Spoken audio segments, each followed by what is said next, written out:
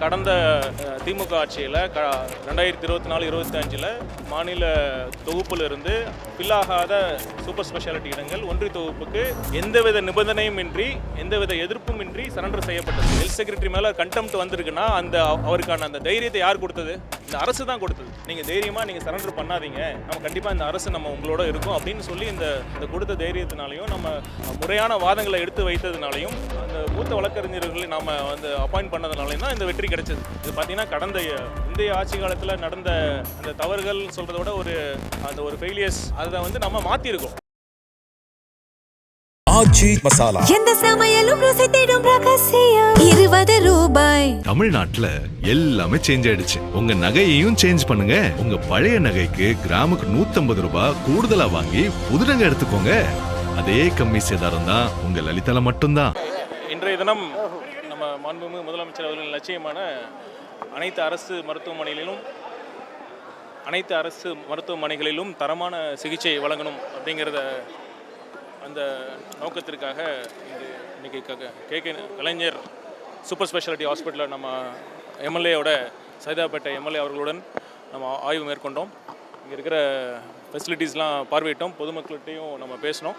இங்கே சில குறைகளும் சொன்னாங்க. அது கூடிய விரைவில் நம்ம அது சரி செஞ்சு கொடுப்போம். அப்புறம் முக்கியமாக நேற்றைய தினம் பார்த்திங்கன்னா நம்ம சுப்ரீம் கோர்ட்டில் சூப்பர் ஸ்பெஷாலிட்டி சம்பந்தமாக ஒரு தீர்ப்பு வந்தது. அதை பற்றி முன்னாள் முதல்வர் அவர்கள் கூட ஒரு அறிக்கையை வெளியிட்டிருந்தார். அதை நான் என்னோடய பதில் அறிக்கையாக நான் என்னோடய ட்விட்டர் அக்கௌண்ட்டில் நான் பதிவு செஞ்சுருந்தேன். இன்னொரு முறை நீங்கள் மக்களுக்காக நான் தெளிவுபடுத்த விரும்புகிறேன். பார்த்திங்கன்னா ஒரு முன்னாள் முதல்வர் அறிக்கையில் பார்த்திங்கன்னா ஏதோ முதல் முறையாக இது மாதிரி தமிழ்நாட்டில் இருந்து ஒரு சூப்பர் ஸ்பெஷாலிட்டி உயர் சிறப்பு மருத்துவ இடங்களெல்லாம் ஒன்றிய தொகுப்புக்கு வழங்கப்பட்டது போல் அவர் அறிக்கையில் இருந்தது. ஆனால் என்ன உண்மை நிலவரம்னா பார்த்திங்கன்னா 2024 119 இடங்கள், அப்புறம் 2025 145 இடங்கள், அதாவது சூப்பர் ஸ்பெஷாலிட்டி இடங்கள் ஒன்றிய தொகுப்புக்கு நம்ம மாநில அரசால் சரண்டர் செய்யப்பட்டது. ஏன் சரண்டர் செஞ்சாங்கன்னா 2 ரவுண்ட் கவுன்சிலிங் நம்ம state director of medical education அவங்களால கவுன்சிலிங் நடத்தப்பட்டு அவங்க ஒரு மினிமம் கட் ஆஃப் ஃபிக்ஸ் பண்ணுறாங்க. DGHS director general of health services அதாவது 50% மார்க்ஸ் அந்த மினிமம் கட் ஆஃப் அவங்க டிட்டர்மைன் பண்ணுறாங்க.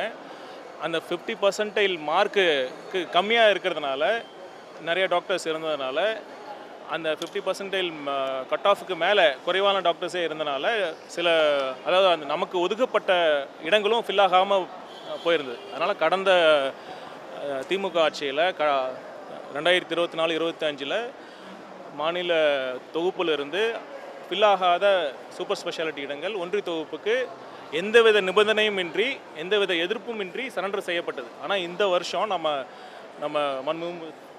தமிழக முதல்வர் அவரோட ஆட்சி வந்ததுக்கப்புறம் பதவியேற்றதுக்கப்புறம் இந்த வருஷமும் அதே பிரச்சனை வந்தது. நம்ம பார்த்தோன்னா சுப்ரீம் கோர்ட் டைரக்ஷனே கொடுத்தாங்க.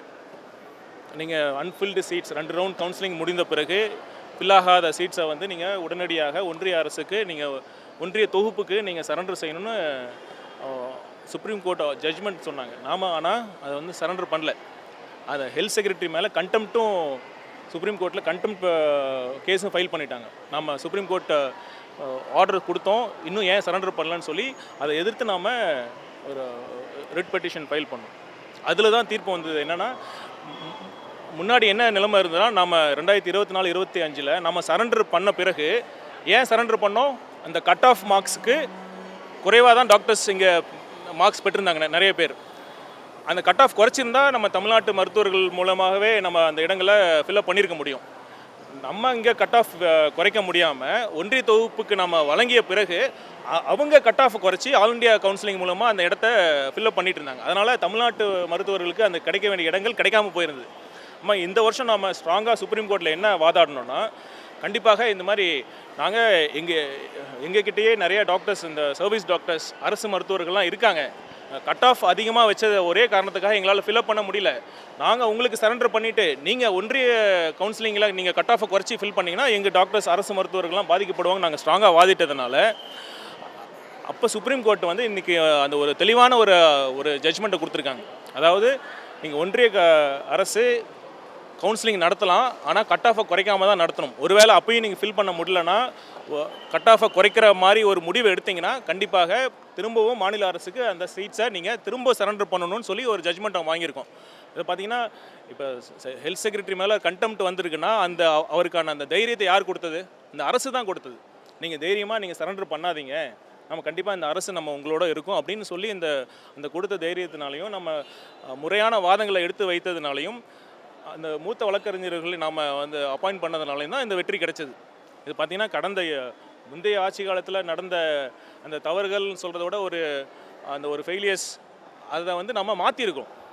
இப்போ பார்த்திங்கன்னா இது அல்டிமேட்டாக நமக்கு என்ன லட்சியம்னா அந்த மாநில தொகுப்புக்கு ஒதுக்கப்பட்ட இடங்கள் அனைத்தும் தமிழ்நாட்டு மருத்துவர்கள் மூலமாகவே மட்டுமே நிரப்பப்படணுங்கிறது தான் நம்ம தமிழ்நாட்டுடைய அல்டிமேட் ஒரு எய்ம். அதான் அதை நோக்கி தான் நம்ம பண்ணிகிட்ருக்கோம்.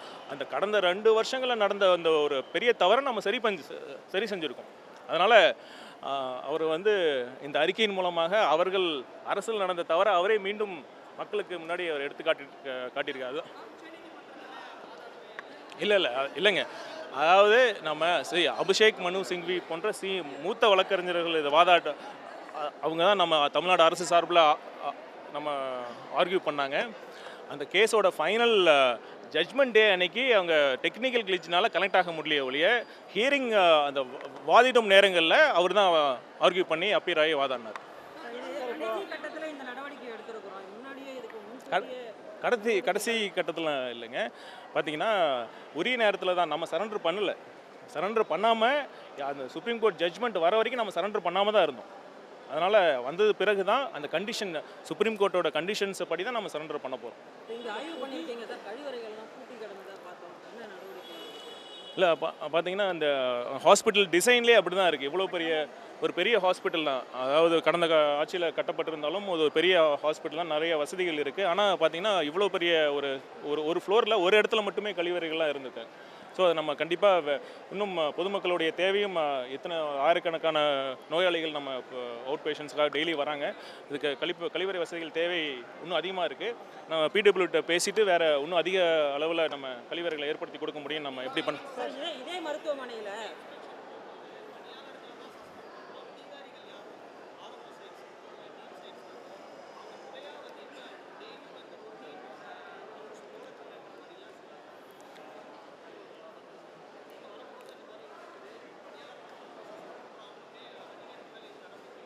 இல்லை, ஆக்சுவலாக பார்த்தீங்கன்னா ரெஸ்பான்சிபிலிட்டி லைஸ் வித் அந்த ஆஃபீஸர்ஸ் தான், மெடிக்கல் ஆஃபீஸர்ஸ் தான். பொறுப்பு அந்த மருத்துவ அதிகாரிகிட்ட தான் இருக்குது. நம்ம தொடர்ந்து அவங்ககிட்ட தான் வலியுறுத்திட்டு இருக்கோம். இந்த மாதிரி கடந்த காலங்கள் மாதிரி நம்ம வந்து மக்களுடைய எண்ணங்கள், மக்களுடைய தேவைகள்லாம் நம்ம செவி மடுக்காமல் அவங்களோட என்ன தேவையை புரிஞ்சிக்காமல் நம்ம பணி செய்ய முடியாது அப்படிங்கிற மாதிரி நம்ம தொடர்ந்து சொல்லிட்டு தான் இருக்கிறோம். இந்த மாற்றங்கள் இது கண்டினியூஸ் ப்ராசஸ். கண்டிப்பாக வருங்காலங்களில் இந்த மாதிரி எங்கெங்கெல்லாம் சில கேப்ஸ் இருக்கோ அதெல்லாமே நம்ம சரி செய்ய அனைத்து நடவடிக்கைகள் எடுப்போம்.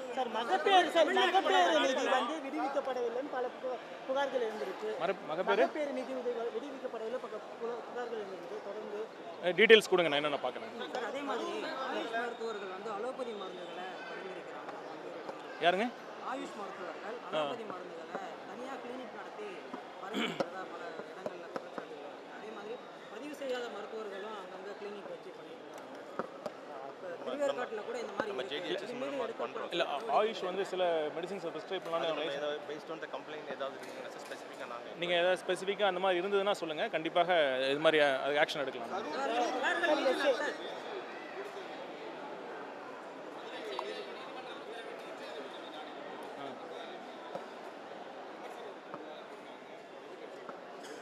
எதிர்கட்சி விமர்சனம் செய்ய தான் பண்ணுவாங்க. இது பார்த்திங்கன்னா அது ஒரு அரசு ஒரு தவறுனால தான் நடந்தது. அதாவது பார்த்திங்கன்னா அவ்வளோ பெரிய கூட்ட நெரிசலில் அது அந்த சட்டம் ஒழுங்கை பாதுகாக்க வேண்டிய கடமை அரசில். ஸோ அது என்ன காரணங்களால் நடந்தது சிபிஐ விசாரிச்சுட்டு இருக்காங்க. ஆனால் என்னென்னா அங்கே ஒரு ஃபெயிலியர் ஆஃப் அவர் அட்மினிஸ்ட்ரேஷனாக இருந்தது. ஸோ அதற்காக தான் நம்ம அந்த வேலைவாய்ப்பை நம்ம ஏற்படுத்தி கொடுத்தோம். கண்டிப்பாக உச்சநீதிமன்றத்தில் எங்களுக்கான அதுக்கான நியாயம் கிடைக்கும்னு நாங்கள் நம்புகிறோம்.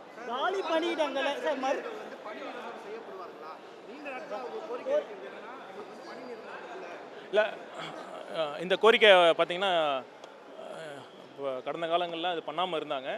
அது நம்ம மாண்புமிகு முதலமைச்சர்கிட்ட அந்த கவனத்துக்கு எடுத்துகிட்டு போய் உரிய நேரத்தில் ஒரு நல்ல முடிவு எடுக்கப்படும். இந்த துறையில லேப் டெக்னீஷியன் உதவியாளர்கள் இது ஏன் மயிலாடுதுறையிலேருந்து வரேன் சார். மயிலாடுதுறையில் பார்த்தீங்கன்னா ஹாஸ்பிட்டலில் எல்லா ஃபெசிலிட்டிஸும் இருக்கும். ரீப்ளேஸ்மெண்ட் ஹார்ட் சர்ஜரி பண்ணுற அளவுக்கு இருக்குது. ஆனால் ஒரு எமர்ஜென்சிக்கு ஒரு டாக்டர் அட்டன் பண்ணுறது கூட ஃபெசிலிட்டி எல்லாருமே report to Thiruvarur, report to Thanjavur தான் டைவர்ட் பண்ணிக்கிட்டு இருக்காங்க. இப்போ பாருங்கள், எங்கள் அப்பா அம்மாவுக்கும் மாதம் நான் அங்கேருந்து 3 நாள் இங்கே தங்கி ட்ரீட்மெண்ட் கிடைக்கிறேன். ஏன்னா இங்கே தான் எனக்கு எல்லா அக்சசிபிலிட்டியுமே கிடைக்குது. இதே மயிலாடுதுறை எந்த ட்ரீட்மெண்ட் பார்த்தீங்க? மயிலாடுதுறையிலேருந்து ரெஃபர் பண்ணுறாங்களா? மயிலாடுதுறையிலேருந்து பார்த்தீங்கன்னா ஏதாவது ஒரு எமர்ஜென்சி போனால் டேப்லெட் இருக்க மாட்டேங்குது. எந்த ஒரு எமர்ஜென்சி கேஸ் என்ன? கேஸ் ஷீட் மாற்றி உங்களோட கேஸ் என்ன? இல்லை பேஷண்ட்ஸ் என்ன கேஸுக்கு வந்திருக்காங்க? இங்கே நான் வந்து டயபாலஜிக்கு இன்டர்வென்ஷன் ரேடியாலஜிக்கு ஆமாம் அங்கே கிடையாது. பட் இன்டர்வென்ஷன் ரேடியாலஜி இங்கே இருக்காது சார். இங்கேருந்து நான் டேப்லெட் கூட சரியாக கிடைக்க மாட்டேங்குது. அந்த எல்லாமே எல்லாம் அது வந்து பார்த்தீங்கன்னா மாவட்ட தலைமை மருத்துவமனையில் தான் அந்த வசதி இருக்குது. இன்டர்வென்ஷனல் ரேடியாலஜி அது அங்கே இருக்க இன்ஃப்ராஸ்ட்ரக்சர் அவ்வளோ இருக்குது. ரீப்ளேஸ்மெண்ட் ஹார்ட் சர்ஜரி சரி. பண்ணுற எல்லா ஃபெசிலிட்டிஸ் சரி. ஆனால் டாக்டர்ஸ் கிடையாது. சரி சார். எம்எஸ் கிடையாது, ஒரு எம்டி கிடையாது, ஒரு ஸ்பெஷலிஸ்ட் பர்சனே கிடையாது. சரி, கண்டிப்பாக சார் பார்க்கலாம். இப்போ உரிய நடவடிக்கை. தேங்க்யூ. ஆச்சி மசாலா. எந்த சமையலும் ருசி தேடும் ரகசியம் 20 ரூபாய். தமிழ்நாட்டுல எல்லாமே சேஞ்ச் ஆயிடுச்சு. உங்க நகையையும் சேஞ்ச் பண்ணுங்க. உங்க பழைய நகைக்கு கிராமுக்கு 150 ரூபாய் கூடுதலா வாங்கி புது நகை எடுத்துக்கோங்க. அதே கம்மி சேதாரம் தான் உங்க லலிதால மட்டும்தான்.